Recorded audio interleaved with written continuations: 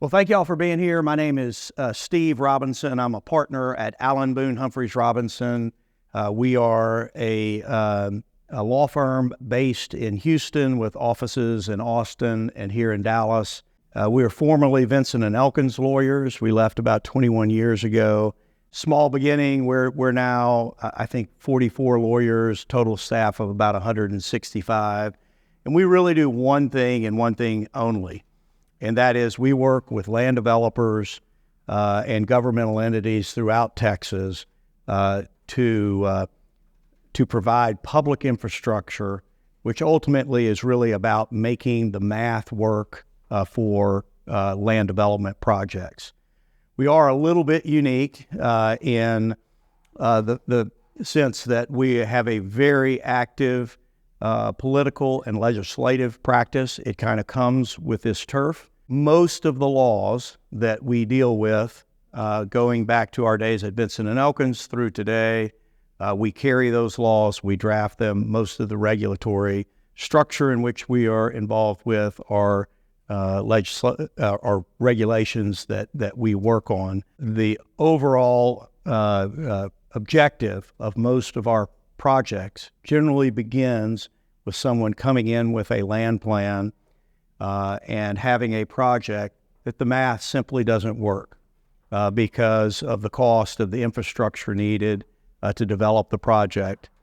And so there are a variety of tools available under Texas law that permit us to finance public infrastructure, and we'll be talking about those today.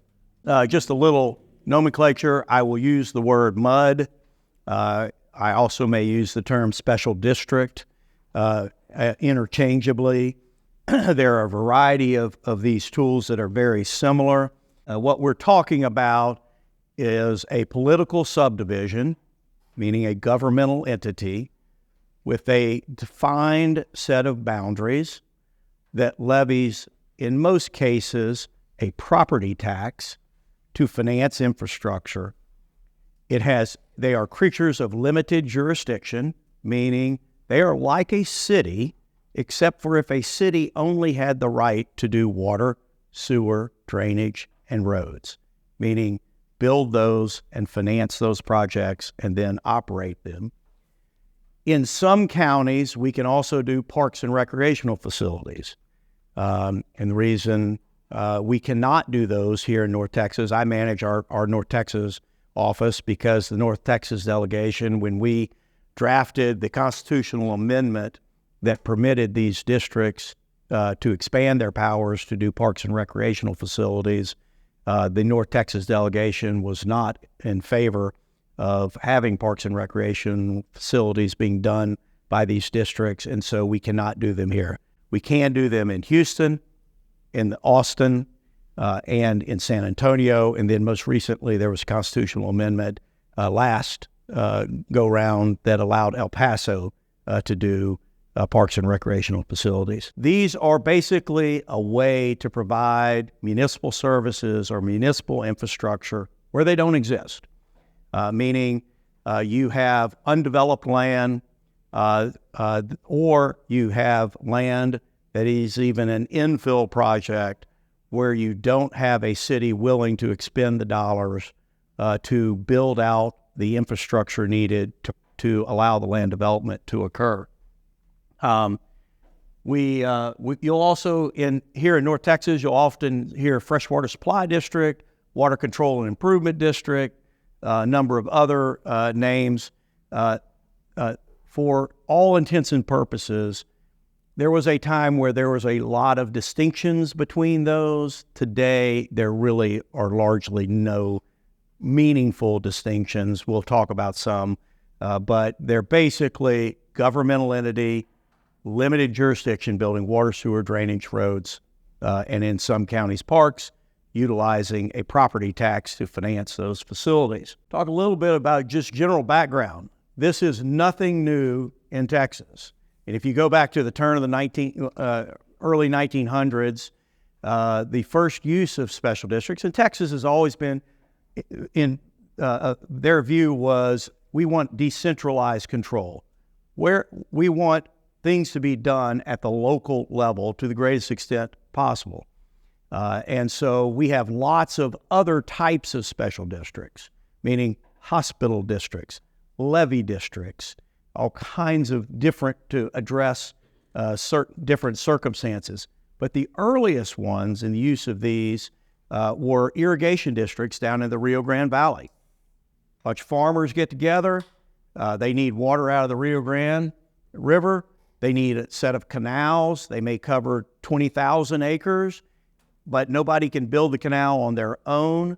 So we're going to all create an irrigation district over all of our property. We're going to tax ourselves on a property tax basis and share the cost and finance that those facilities.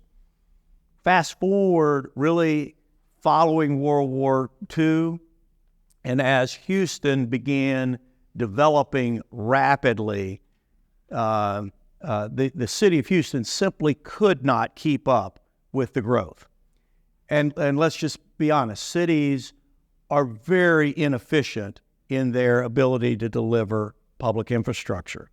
And you will find this if you're going to stay in real estate. When you're ready to develop and you're waiting on the line because it's 2 miles away, and the city says, well, I've got it in my CIP and we'll have it there in 5 years. Well, that doesn't do much for you. Well, Houston was growing extraordinarily rapidly, and they had a problem. Geographically, Houston is very different than Dallas. Houston is really one big city with one huge extraterritorial jurisdiction or area of control, a few small cities around it. But basically, you're dealing with one jurisdiction for what has been 90+% of the growth in Houston over the last 50 years. And the leaders of Houston agreed with the development community, we can't keep up.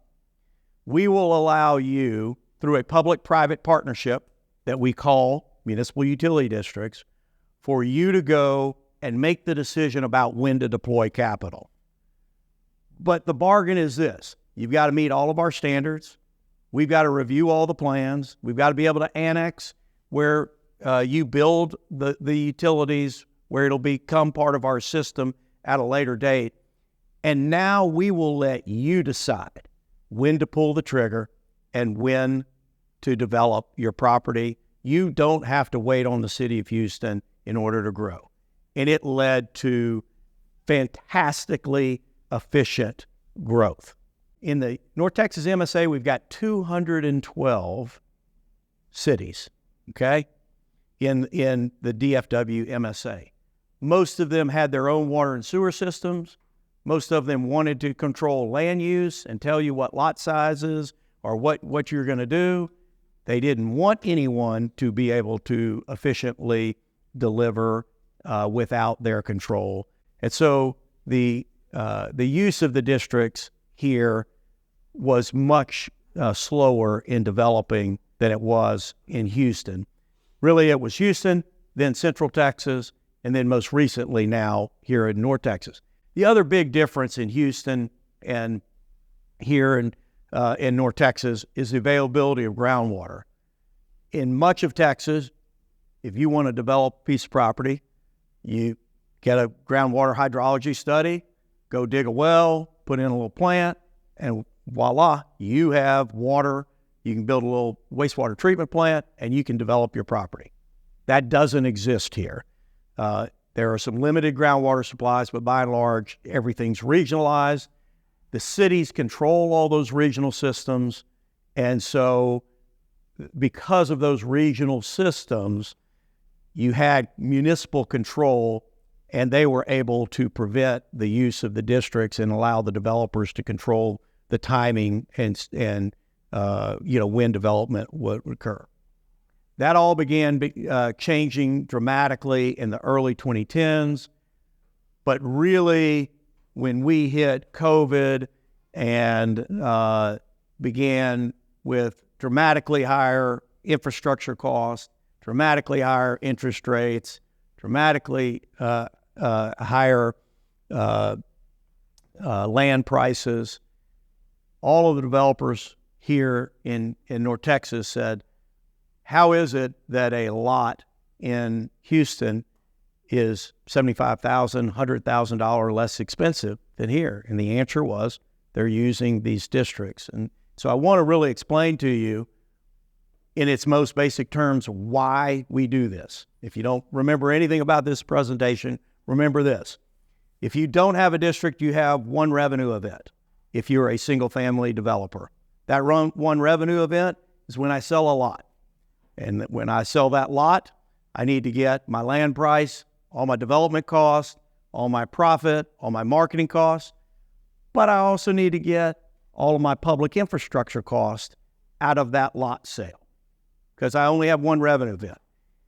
If I have a district, I have two revenue events. I have a lot sale and I have a reimbursement or payment for all of my public infrastructure. To give you a little math, today our average per front foot cost is about $1,500. It's going up from there, but let's just use that for a 50-foot lot. $1,500 of public infrastructure per lot, $75,000 worth of public infrastructure. If I am Lennar Homes and I've got one community here that has a district and one community here that does not have a district, and the lot, 50-foot lot in a district sells for $75,000 and across the street it sells for $150,000, I am going to buy 100% of the $75,000 lots, okay? That is basically what we are doing. Now, why is that important to y'all? We are in the greatest housing crisis, and it is the biggest risk to the state of Texas at this point is the cost of housing. First-time home buyer age now is 38 on average.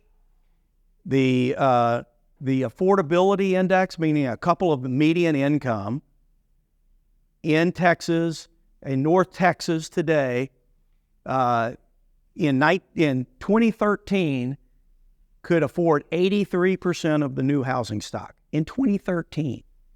Today, it's 27%, okay? If you're making the median income, we've gone from 83 to 27.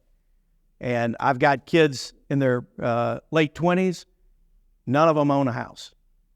My generation, and they have great jobs, every one of them would have owned a house. And so what we are doing with this system for land development activities is we are pulling out of the mortgage the cost of the public infrastructure. Now, I am not here to say that 100% of, in my example, of the $75,000 ends up in a reduction in the mortgage, because it actually ends up being different. I'll show an example here in a minute. What I am telling you is it may go to higher quality amenities that couldn't be paid for if you didn't have the district. It may go to less density because the city is demanding that you only have 60-foot lots and you know it only works with 40s and 50s. Well, if I have these reimbursements, I can have fewer lots, even though my revenue on the lot side won't be as much. I'll get my reimbursement revenue. And it may be, thirdly, in price reduction. This market, and for everyone in this room, if you're going to be in land development, you need to understand we have crossed the tipping point. There is not a single master plan community developer or large-scale developer that is not using one of these districts. That is completely different than 10 years ago in North Texas. It is a part of your future. If we recently had the master plan community event put on by BizNow, and 100% of the developers said, I will not do a large-scale development without a district. So when you're running a pro forma, if you're an analyst, you are going to have a line in your pro forma if it's a single-family residential deal or if it's a infill mixed-use, large-scale mixed-use deal for your reimbursements for infrastructure. That's why we do it. That's what this is all about. And I like to say it's only about whether or not you want to make money or not, because you cannot compete if you don't have. The guy who goes out there in Sanger and tries to build a large-scale master plan community without a district is destined to fail because they cannot economically compete. Okay? Today, all of our major development areas are actively using districts.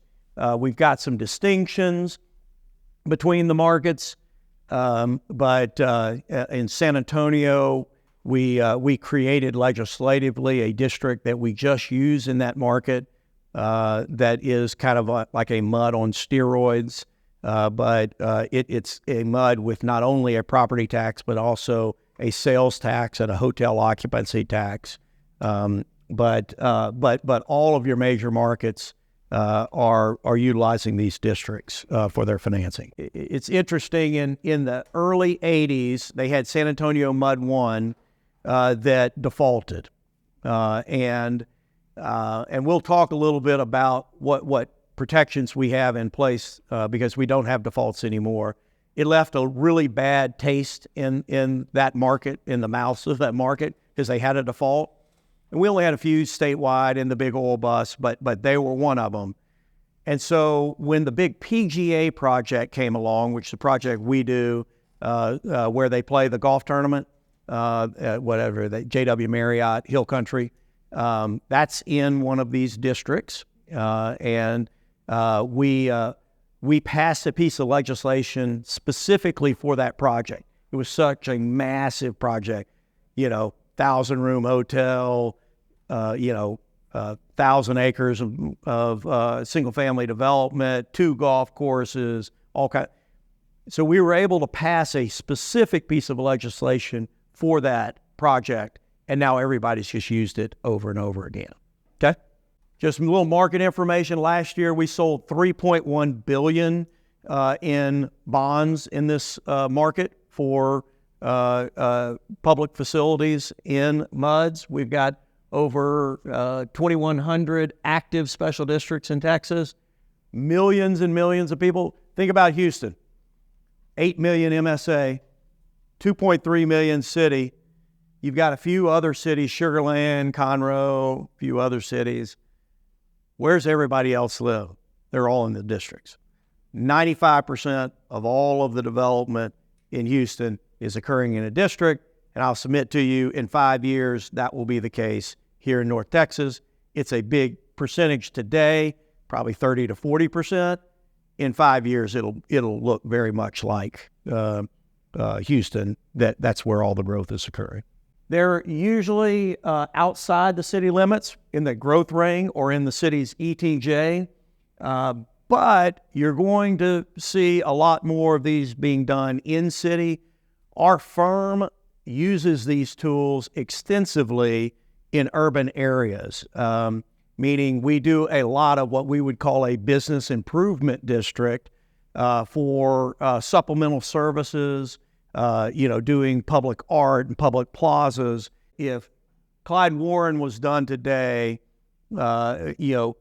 it may be in one of these districts, like a municipal management district, as opposed to the way it was done.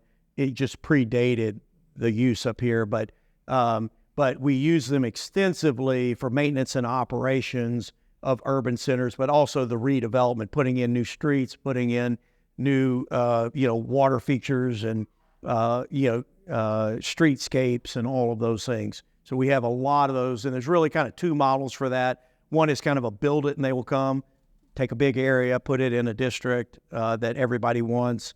The other are site-specific projects. So we do a lot of urban infill, but you're going to see a lot more even in our suburban cities here in North Texas. We'll talk about that later. And they work really well for master plan communities. I'll just tell you one really interesting fact. I had dinner with the number 3 guy at Toll Brothers not long ago, and he said, "Steve, you told me 25 years ago that the MUDs, are a way to mitigate risk of price increases." And he said, "I've got to tell you, 25 years later, we're 100% in agreement." He said, I visit 44 offices.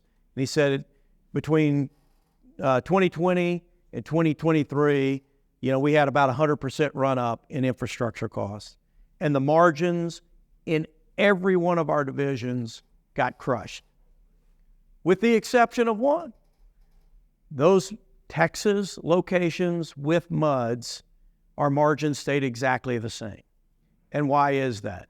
They stayed exactly the same because we are financing the infrastructure on the basis of its actual cost at the time it is built, with a property tax to fund it. So unlike a PID, which you will hear, we'll talk more about, that is a fixed assessment, the people who did PIDs in 2018 on the basis of 2018 cost, that created a fixed assessment at an interest rate that's now 300 or 400 basis points for their debt, lower pro forma, lower than it is today, are getting crushed because they're on a fixed basis with a PID. They can't keep up with those adjustments. So they're really good.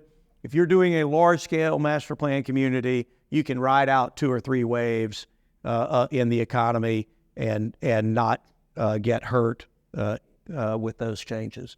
So what do? We construct and operate water, sewer, and drainage, construct public roads, parks and recreational facilities in certain counties, as I mentioned.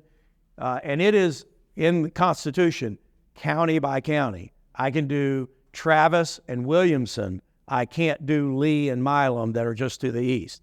It is county by county, so you need to know where you are. All right. Other thing, if you don't remember anything else, this next box is super important. Our system is the only system in the U.S. that is purely a reimbursement system. California has Melrose districts, the metro districts in Colorado, CDDs in Florida.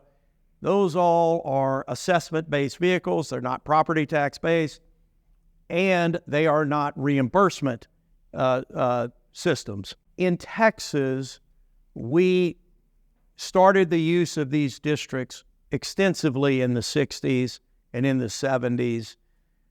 We got into the 80s, and what happened? The worst bust. I mean, the difference in what happened in the Great Recession is nothing like what happened to Houston in the late 80s. I mean, the bumper sticker was, "Will the last person to leave Houston please turn off the lights?" I mean, it was that bad. And we had a number of defaults at that time in these districts, because at that time, before the bust, you could sell them on a raw land basis, meaning in advance of constructing the infrastructure. Well, the legislature said to us, either fix this system. We're Texans. We don't default on public debt, okay? And so you either fix it where they don't default, or we're going to get rid of it. So we actually, and our firm was there at the table, changed, and our regulatory entity that supervises is the Texas Commission on Environmental Quality. It was TRCC at that time, but we drafted a set of rules that made this a purely reimbursement system, meaning, first, developer takes development risk. You go out, you borrow the money, you build the infrastructure. 2, there are a set of financial feasibility rules that tell you when you can sell the debt, meaning you can sell the debt when you have created the taxable value that will support the debt service on bonds that we sell at a reasonable tax rate. And so that reimbursement-based system completely de-risks our debt because the developer has to perform. And the idea is governmental entities should not be in the land speculation business. They shouldn't be financing and taking development risk. That's for developers. That's why developers get compensated for taking risk. Now, what they ought to be given is absolute certainty about what the system is. And that's what we've delivered. What we have delivered is a highly regulated system that creates very inexpensive borrowing that has great certainty. So we have never had a time with those rules went into effect in 1989. So we're up now to 35 years of utilizing those rules. This is an important point. We have a 0% default rate. There is no financing system in the country that is anything like that. 0% default rate since 1989. Not a single one. It's because it's a reimbursement system. But what more importantly is we are by far the lowest cost provider in the country of public debt for public infrastructure on a land-based financing system because the bond market knows that our debt doesn't default because it's a reimbursement system. So our interest rates, if you compare them to the CDDs down in Florida, maybe 300 basis points lower.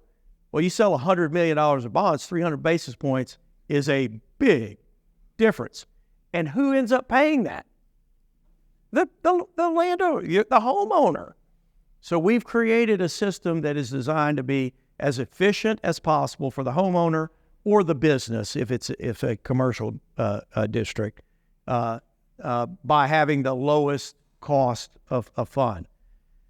In 2011, in Florida, which is probably the most comparable county, state for the use of special districts, they have what's called a CDD, a Community Development District. They had 350 defaults on their debt following the Great Recession, and Texas had 0. We have proven that this system works, and for you in the development community, if that's where you guys end up, have the great benefit of knowing with certainty that if you utilize the district, you're going to borrow inexpensively. There is always going to be a market for the debt, and you're going to, if you meet your pro forma, we're going to give you your money back, on a reimbursement basis. So really important point. We also have the ability to do supplemental services, and a lot of times when we go out in the unincorporated areas, there's no fire department, no trash service, no police service, other than maybe the county sheriff. Our districts can, on a fee-for-services basis, provide those. Many of them do. Many of them do it by contract. We do have the ability, with adoption of a fire plan, to bond finance the fire station also. So we often see that being done. And obviously, we have all the powers to implement. Power to contract, to tax, eminent domain. We can't stop a drainage ditch at the end of our property if the outfall channel is half a mile away, so we can condemn right away to outfall operations. We can operate water plants, sewer plants, etc., charge fees. So why do we do it? New growth pays for itself, okay?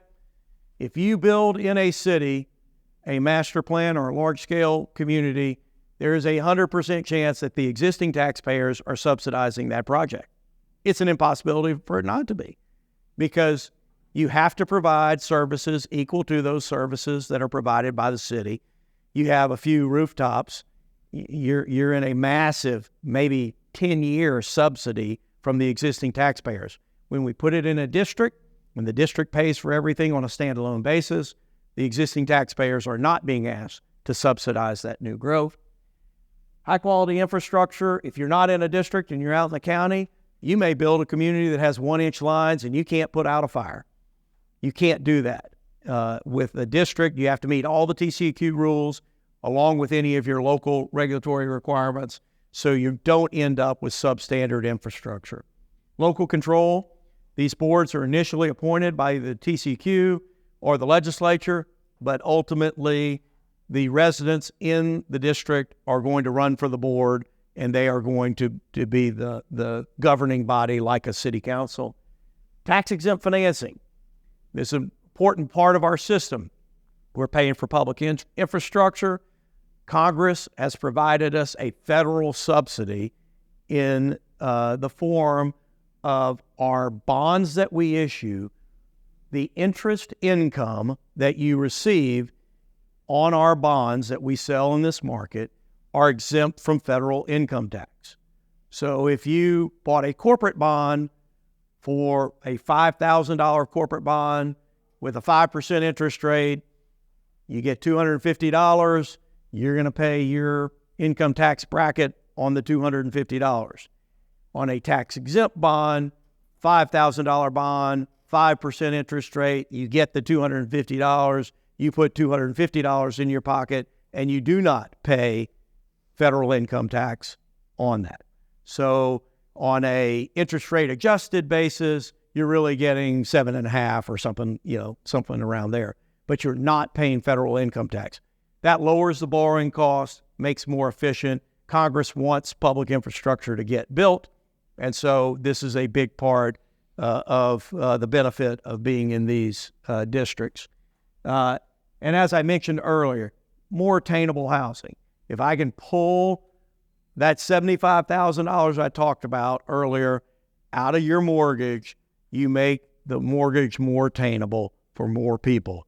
And as I mentioned, that is our biggest crisis or problem in Texas today. You want to really know why we do this. If I have a MUD versus no MUD, and these are old numbers, and the difference between this number and this number, this is public infrastructure. I've got to sell the same lot for $100,000 that I can sell for $50,000 if I can pull all the infrastructure costs. Now today that number is much higher. But every national home builder is going to take their lot price and they're going to build a house somewhere between 18 and 22% of the lot price. It's a metric that is used nationwide everywhere you look. So more expensive lots, you're going to build more expensive houses. I'm not saying you couldn't build a less expensive house, but on a more expensive lot, every home builder is going to build a more expensive house. So if you take even at the low end at 18, you're going to build a much more expensive house on that lot. Then if you take all the costs, down payment, loan, this is difference between a conforming and jumbo at the time. But even if you take into account a very high MUD rate, which is only permitted down in the Houston area, $1.50 per 100 or 1.5%, go all the way down, you're going to end up with a person with either a $2,300 monthly payment or $3,800. And the income to qualify goes from $100,000 to $165,000. You've priced a whole lot of people out of the market. If our problem is we need more $300,000 houses and $350,000 houses, then we need $650,000 houses. We need a way to pull the infrastructure cost out of those lot prices. We are very highly regulated. The MUDs have very limited powers, as I mentioned. The plans all have to be reviewed by all local governmental entities, whether it's in the ETJ.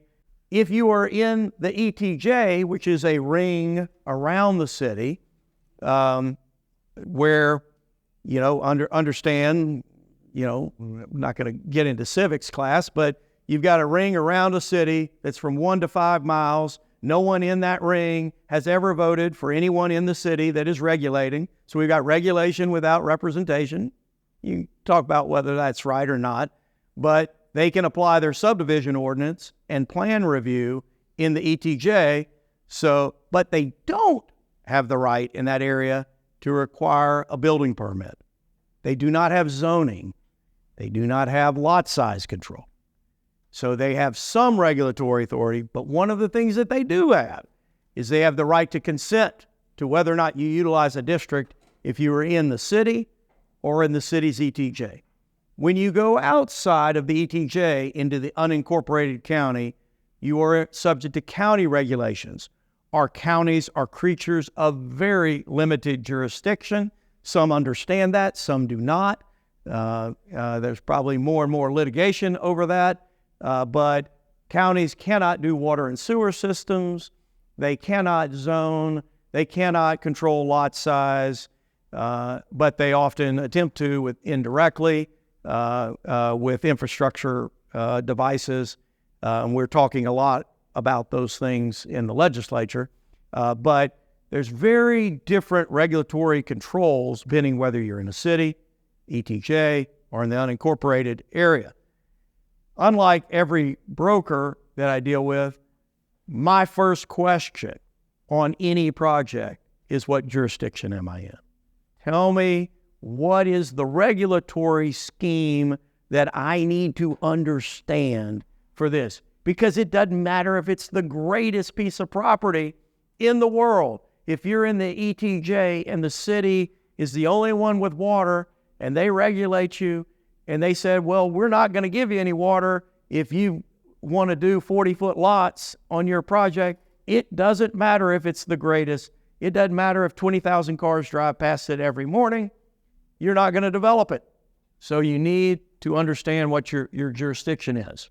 Extraterritorial jurisdiction is a legislatively created ring of influence around a city's corporate limits where they have limited jurisdiction and they can consent to a district there. They can apply their subdivision ordinance. They can do plan review, and they can impose certain impact fees. Everything else that cities do, they cannot do in their ETJ, whether or not they act like they can or not, they can't. So building permits, zoning, lot sizes, all inspections. I want to come inspect, make sure you're meeting building code. No. In your ETJ, that is not within the scope of your control. And so that's the big difference between being in the corporate limits and being in the ETJ. But we've got to build all of our infrastructure to local. So if we're in the ETJ, we're going to have those water and sewer plants are going to have to be reviewed by the city, inspected by the city for infrastructure, not for the buildings. We're going to have to plat with the city. But all in order for us to issue bonds in this market, we have to prove that we have met all of the applicable local standards. As I mentioned, we've got the TCQ feasibility rules. The most basic rule is I'm going to have to, until my bonds are able to get an underlying credit rating, investment grade credit rating, or municipal bond insurance, I need to keep my debt to assessed value below 10%. Little math, I create a $1 billion project. I can sell $100 million in bonds because I kept my debt below 10%. And that means I can do that at a reasonable tax rate. Later in the game, when you have an underlying credit rating or municipal bond insurance, we can usually get up to around 13, maybe 14% leveraged in these districts. The bonds must be approved by the TCQ, so we have an application process, and they have to go to the Attorney General. Really important thing, all of our bonds that are sold by our districts have to receive an opinion. They have a whole division of the Attorney General's office that all they do is go through every document going back to when we created the district, to holding elections, to authorizing bonds, to selling bonds, all the way through that whole process to prove that we complied with every state law to issue the debt, and then they'll issue their opinion. Important part of that is we don't have bond litigation in Texas because bonds are incontestable as a matter of law in Texas if you have received the approving opinion of the Attorney General of Texas, which is a beautiful thing. So it keeps everyone in this market they have to play by the rules because you have to get the Attorney General's approval. These are governmental entities, so we have, subject to the Open Meetings Act, Public Information Act, all ethics laws of the state of Texas for governmental entities apply, public bidding for all of our projects. Let's see, we can create two ways, through the legislature or through the TCQ, through an administrative process. But remember, for us to create, we have to have received the city's consent if we're in a city or in the ETJ. What does that mean? Practically what that means is the city has bought themselves a seat at the table, and you're going to end up with a development agreement that's going to say this is what we're going to build. You're going to end up with the city's consent, and you're not going to get the district created before you have done that. Now, you may also end up with like a utility agreement as part of that. So, limited circumstances, if you petition the city to create the district, they say no. Then you ask them to provide water and wastewater service, and they say no or just don't respond. Then you can go straight to the TCEQ and do what's crammed down.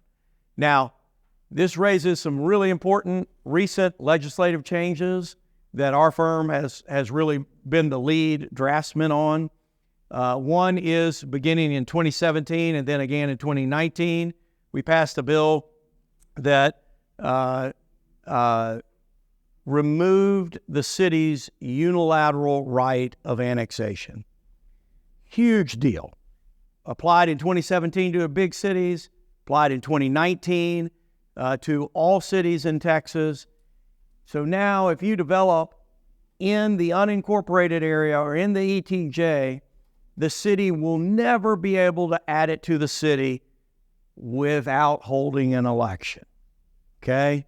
So you go to the city and you say, look, this is the fork in the road. If you would like this to ever become a part of your city, then we need to work out an agreement, because part of that law that the part that we primarily drafted was called strategic partnership agreements.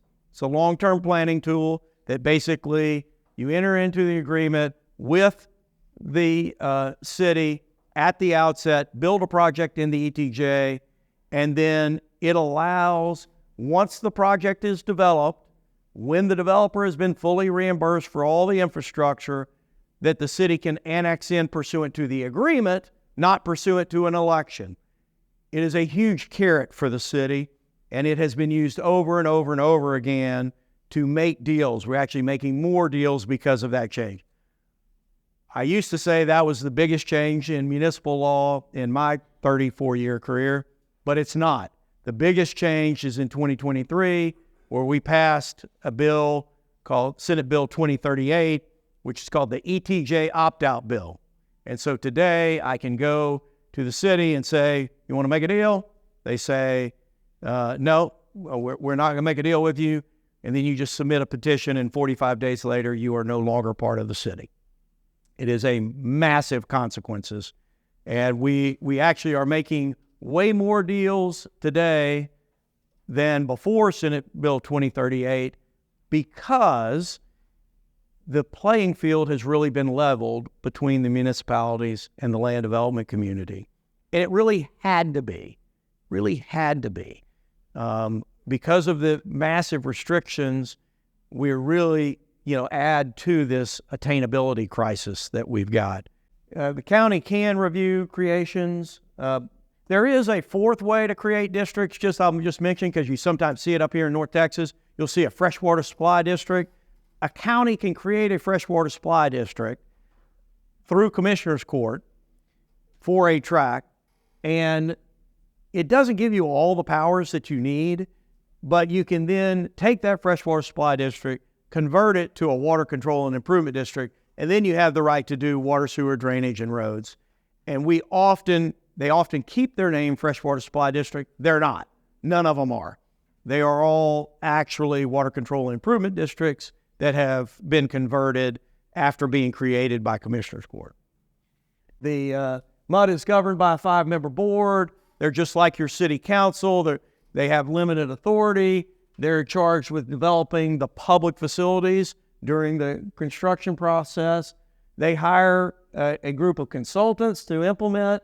They're the policymakers, the consultants implement. Because these are small, they generally don't have employees.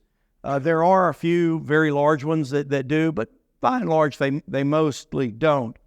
And it's an important point just from an interest standpoint is, if you think about it, the way in which they implement the construction of public infrastructure is totally counter to the rest of the country's construction of infrastructure. Everywhere else, all the infrastructure is built by cities or counties with large pension funds and large legacy costs. You think about Houston, with a city of 2.3 million, and then the MSA is 8 million. Vast majority of those outside the MSA are in these MUDs, in the municipal utility district, and they have built way more infrastructure than the city of Houston. And today they have exactly 0 pension liability, whereas the city of Houston has a ring around everybody's neck for billions and billions and billions of legacy liability that my children will be paying for and everybody else's children will be paying for. This is a pay-as-you-go system, which removes all of that legacy liability cost. The developer, if you are in that role, they request the creation, they drive the need. There is no obligation to go out and build. When you are ready to develop, you go build the infrastructure. You want to put another section on the ground. You want to expand a shopping center. It's your turn to make that decision about when. You partner with the board, because what you're doing is you're basically loaning the money to build the infrastructure to the district, and the district agrees to reimburse you pursuant to your development agreement. As I mentioned, the feasibility rules, you've got to be reimbursed once there's sufficient value is created. You've got to follow the rules to a T, meaning you've got to publicly bid, et cetera, in order. One thing I forgot to mention earlier, under the financial feasibility rules, we have differing tax rates that are authorized for financial feasibility throughout the state of Texas. In Houston market, because they have huge drainage costs, your max tax rate is $1.50 per $100 of assessed value, or 1.5% of the property tax value on the appraisal district tax roll. In Austin, Williamson, Travis County, and in 4 counties up here, Tarrant, Dallas, Collin, and Denton, those 4 counties have a $1.20 feasibility tax rate. All of the rest of the state is a $1, meaning 1% tax rate. So it has a little bit of impact, but I think that's designed to recognize some of the differences in infrastructure costs throughout the state. These are all your consultants: attorney, auditor, bookkeeper, engineer, financial advisor, tax assessor, collector, operator if you're going to operate water and sewer facilities. Your engineers kind of help you get the districts created, prepare creation reports and bond applications to the TCQ, and serve as your civil engineer for the developer. Districts typically levy 2 components of a tax: operation and maintenance tax and a debt service tax. Usually it's about 90-10 or 95-5. 95% of the tax rate is going to debt service, 5% is going to operations. If you look at the city of Dallas or any other entity, it's actually the opposite. Maybe 5% is going to debt service and the rest are going to all kinds of services and administration and et cetera. Because you as the developer want as many of those pennies of the tax rate paying for debt service, because that increases the amount of bonds that we can sell and speeds up your reimbursement. So maintenance and operations tax pays for your operations of the district, paying for your consultants, et cetera, maybe some repair and maintenance. And the debt service component amortizes the debt. And so if you were in Wise County and you had a $1 tax rate, you would probably have a 90 to 95 cent debt service tax rate and a 5 to 10 cent operation and maintenance tax. Over time, as you create value, generally those tax rates slowly float down. We sell unlimited tax bonds, and it's important to understand for our security for our debt, what we say is we're going to meet the financial feasibility test at that $1, $1.20, $1.50, but we're going to pledge to levy whatever tax is necessary to pay the debt. So in general, property values only go one way or stay flat even in a recession. We've got lots of data to support that. But you could have a tornado or something that causes particularly if you have a big concentration of credit risk if you had a big data center or something. In those events, the district will be obligated to levy whatever tax is necessary to pay the debt. That allows us to borrow at very low interest rates. So how does the developer get their money back? At the outset, we're going to enter into a reimbursement agreement that we will pay the developer back from bond proceeds once the taxable value is created. We're only paying back. It's not how much bonding capacity you have, it's how many projects you have. We issue bonds for projects. So you're issuing bonds, we build water lines, sewer lines, roads, and then we finance those facilities, and that's what we're able to repay. We are also able to pay the developer interest on their expenditures at the rate on the bonds. So it's not going to actually cover probably your borrowing costs. Our market right now is somewhere in the high 4s, low 5s for a non-rated, non-insured debt, mid to low 4s for a AA insured bond. So that gives you an idea of what the interest rates are right now for our debt. We've got to have value on the ground. I talked to you about the 10-to-1 early on, and we've got to enter into that contract that obligates us to reimburse you at the outset of the district for the district to be obligated to repay you. Talked a lot of these. The district decides they've created enough value. We submit an application to the TCEQ. We go through the TCEQ review. It's about a 180-day review. One note is our road bonds don't require TCEQ review, only water, sewer, drainage, and in those counties, parks. TCEQ said they deal with water and things like that. They don't know anything about roads, so they don't review road bond issues. Just the AG does. We have to meet the feasibility test. The TCEQ authorizes it. They actually physically come to the project and do an on-site inspection of all the facilities to make sure they're there and they've been constructed to standard. When we sell our debt, all the bond proceeds go right out the door because what are we doing with it? It's not maybe late stage, we're building some facilities, but almost always what we're doing, selling the bonds, paying the expenses, and then the bulk of the money goes directly to the developer to pay them for all the projects they built. All right, a few other things. Municipal management districts, because you may see these, they're basically MUDs on steroid. We began using them mostly for in-city business improvement districts, but you are going to see them more in North Texas now because of one big difference.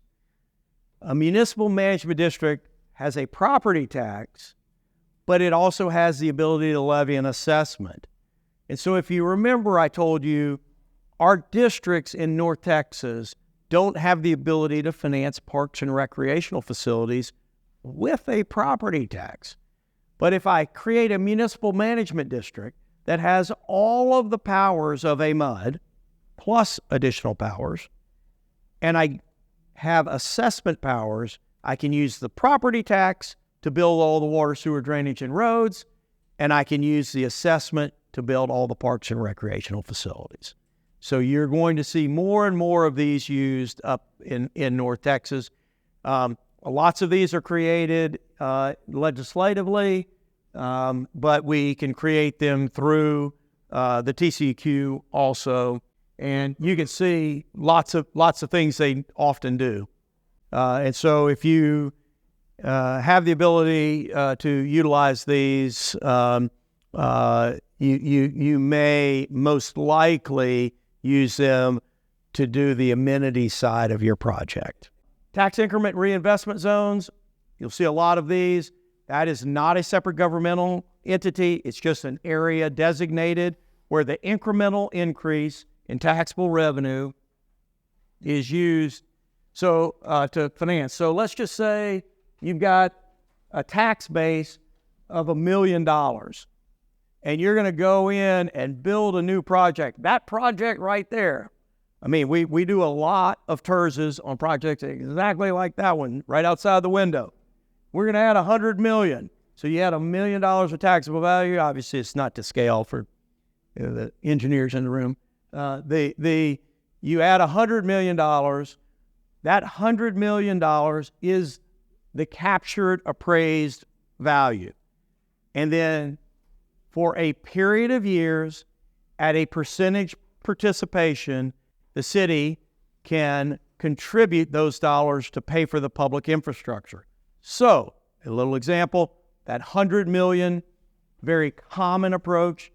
For the next 30 years, the city is going to give 50% of that incremental increase, the $100 million of taxable value, their tax rate times the taxable value times 50%. They're going to contribute to build all the public infrastructure, replace all the sidewalks. They had to build a new water line to do it. They needed whatever public facilities they wanted to put in. One of the problems, and then obviously when year 30 is over, they get all of the value. And the idea is this: but for creating the TERS, that project would never happen, okay? That's the TERS concept. The problem that we've got right now with TERS is we're in a period of tax rate compression. The legislature has been really working to push down property tax rates, and every city and county's tax rates are going down a penny, 2 pennies. And so 5 years ago, if I had a 50-cent TERS, I could pretty much say, well, it's going to maybe 49, maybe 51. It's going to stay right in this range. Well, today that's not true. They're going down, down, down. So what have we done?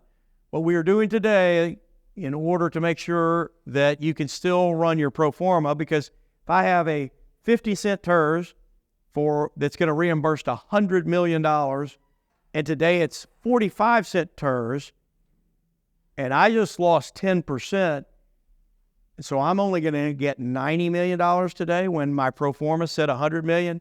It's a real bad day. So how do we fix that? What we do is we layer a district over the top of it, municipal management district or a MUD. And so if the city's tax rate goes down, I can keep the overall tax burden exactly where it was, slightly increase the district tax rate, and make sure the pro forma remains in place. Often we're just putting a very small district tax rate. What does that do? It credit enhances those TERS revenues by having an ad valorem tax back behind it. So you will see a lot of those up here in North Texas. All right, public improvement districts, you will hear and see a lot about this. To be clear, I am not anti-PID. I just think they ought to be used where they ought to be used. PIDs are not a separate governmental entity. They are the city. They're just an area where a zone has been designated, the boundaries, where we're going to levy an assessment. To think about what an assessment is as opposed to a tax, an assessment is a benefit-based tool, meaning the benefit received by each person in that area must be equal to or greater than the amount of the assessment. So, simplest terms, I live on a block. These are where assessments started. I live in a block. We need to replace the sidewalk because it's all broken apart. The city says, we'll come in and build it, but the $100,000 sidewalk, you got 10 lots. Each of you need to pay $10,000, and we'll let you pay it over 10 years, or you can pay it off all at one time. So we're going to assess you for that benefit, and the city imposes that. Well, those work great on very small, defined projects. And I'm going to say very small. I mean, if you're doing a 100-acre, 150-acre project, where they don't work well are very large-scale projects for a number of reasons. The first is the PID is not able to finance as efficiently as a MUD. If you think about our property taxes, if you are at July 1st, your penalties and interest for non-payment of taxes, I think, is now at about 37%. Okay? If you're going to pay one bill if you're a property owner, pay your property taxes, because the penalties and interest are brutal under Texas law. And oh, by the way, we have an expedited procedure to take your property if you don't pay them. So in our municipal utility districts and management districts, we rarely see less than about a 99% collection rate, which obviously helps our ability to sell debt. People pay property taxes. Assessments are a lien-based system. I'm going to put a lien on your property, and then we're going to go and put out the assessment, and then we're going to lien your property, and we'll use the lien system to collect it. Well, what does that result in? You're going to pay your projected reimbursements are going to be significantly higher in a MUD than in a PID. Why is that? When we sell PID debt, which we do, we have to have a reserve fund, and we have to have coverage ratios. Why? Because what if we aren't able to collect the PID assessments? Okay? They're sold often on the front end before there's value on the ground. So we will take max annual debt service and put it in a reserve fund for 25 years. So you rarely see a PID above the low 70% on net proceeds to a developer. Our MUDs are usually in the 85 to 90%, so dramatically more efficient financings. You're also paying higher interest rates on which means you're getting fewer bonds from the PID. I mentioned project flexibility. When I set that assessment, I've set it and it's permanent. Yes, I can go back and say, Mother, may I, to the city to adjust it on the next section. But once you've collected it from somebody, you're not going to change it, irrespective of what have happened to your cost. So in a large-scale project, you can't possibly have a PID with a single assessment because costs are going to change throughout the entire life. You're not going to be able to keep up with inflation. The financing risk, MUD is separate governmental entity. You have very low risk there. City has to issue the bonds in a PID. We have already had a city in Texas have a political change, new city council members, and had a PID that they decided, no, we will not sell any more bonds. And that's a really bad day when you thought you were going to get $5 million that year in PID reimbursements, and they send you a check for $450,000 in assessments. You are toast. And so that political risk, you can't pro forma political risk. And then obviously from a maintenance standpoint, a PID is not a separate governmental entity. So in the discussions that we just had about maintaining parks, if I'm building a project and I want those maintained, I'm out in the county and I give them to the county. Most of these rural counties have never had a parks department in their history. They're not going to maintain all these parks, but they have to be publicly owned for us to finance them. Who's going to own and operate them? Well, the HOA is a terrible way to do, particularly if you've got lots of playground equipment and active use in your parks. The districts are a separate governmental entity. They can own facilities. They can maintain them. And so it's a much better way. And the last, just from the cities, what city really wants to enforce for a developer a lien and foreclose on people's houses because they didn't pay their PID assessment? None. Zero. So, does the city really want to be responsible for that? So now if you got a small project, the PIDs can work just fine. One last thing, we do have a grant program in Texas. Chapter 380 is for cities. Chapter 381 are for counties. And this is a city, for economic development purposes, can grant private companies money for any purpose that achieves their economic development goals. Typical deal, you come in, you're going to build a Target shopping center. we'll give you a grant of 50% of the sales taxes for the first 5 years that Target's open. And it's a 2 or 3 page agreement. You got to create a certain number of jobs. You got to build a certain amount of square footage, and then we'll give you back your sales taxes, for a period of years. One thing to note, unlike like the TERS and the management district and the MUD where we can issue bonds, we cannot securitize debt with a 380 or a 381 grant. Okay? With that, I'll stop there. I know that's a whole lot to throw at you. Happy to answer any questions if anybody has any.